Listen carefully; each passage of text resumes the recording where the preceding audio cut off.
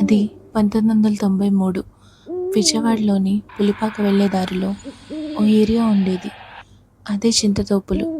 2 కిలోమీటర్ల మేర ఇరువైపులా భారీ చింత చెట్లు, మధ్యలో ఇరుకైన రోడ్డు, పక్కనే కాలువ. అప్పట్లో డెవలప్మెంట్ అస్సలు లేదు. అటువైపు వెళ్ళాలంటే జనం వణికిపోయేవారు.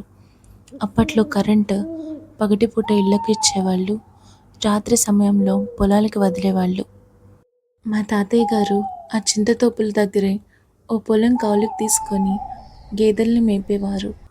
ఆ రోజు రాత్రి పొలానికి నీళ్లు వదలడానికి సమయం అయిందని గేదెల్ని పాలేరు దగ్గర వదిలి తాతయ్య గారు తన పాత చేతక్ స్కూటర్ వేసుకొని ఆ చీకటి చింతతోపుల్లోకి ఒంటరిగా పొలం దగ్గర మోటార్ ఆన్ చేసి వెయిట్ చేస్తుండగా ఎక్కడో దూరంగా మే మే అని మేక అరుస్తున్నట్టు వినిపించింది. ఈ అర్ధరాత్రి ఇక్కడ మేక ఏంటి అని తాతయ్య గారు టార్చ్ లైట్ వేసి వెతికారు.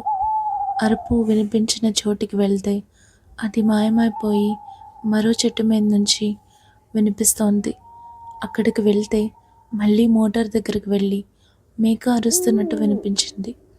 తాతయ్య గారు మోటార్ దగ్గరికి వెళ్ళి టార్చ్ లైట్ వేయగా అక్కడ కనిపించిన దృశ్యం చూసి ఆయన రక్తం గడ్డకట్టిపోయింది.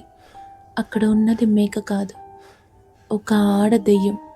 జుట్టు విరబోసుకుని భయంకరంగా నవ్వుతూ తాతయ్య గారిని మ్యా మ్యా అని మేకలా అరుస్తూ వెక్కిరిస్తోంది. ఒక్క క్షణం అక్కడ కనిపించి మరో క్షణమే మాయమై మరో చెట్టు మీద ప్రత్యక్షమై ఆ భయానక రూపం చూసిన తాతయ్య గారు వెంటనే స్కూటర్ స్టార్ట్ చేశారు. భయంతో వణికిపోతున్న మనసులో గట్టిగా ఆంజనేయ స్వామి దండకం చదువుకోవడం మొదలుపెట్టారు. స్కూటర్ ఎంత వేగంగా వెళ్తున్నా ఆత్మ ఆయన్ని వదలకుండా చెట్ల మీద దూకుతూ అదే వికృతమైన మేక అరుపులతో సగం దూరం వరకు వెంబడించింది. దండకం చదువుతూ ప్రాణాలు అరచేతిలో పెట్టుకుని ఆయన ఇంటికి చేరుకున్నారు. తర్వాత తెలిసిన నిజమేంటంటే అదే తోటలో ఓ అమ్మాయిని దారుణంగా రేప్ చేసి చంపి కాలువలో పడేశారు. ఆ అమ్మాయి అప్పటికి కాలేజ్ చదువుతోంది. అప్పట్లో సీసీటీవీలు, కెమెరాలు లేవు, ఆధారాలు లేవు. ఆ దోషులు ఎవరో ఎవరికీ తెలియదు.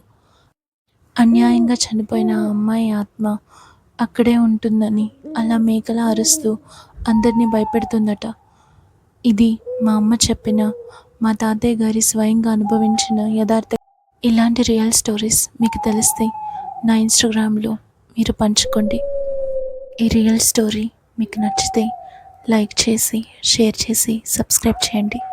Thank you for watching.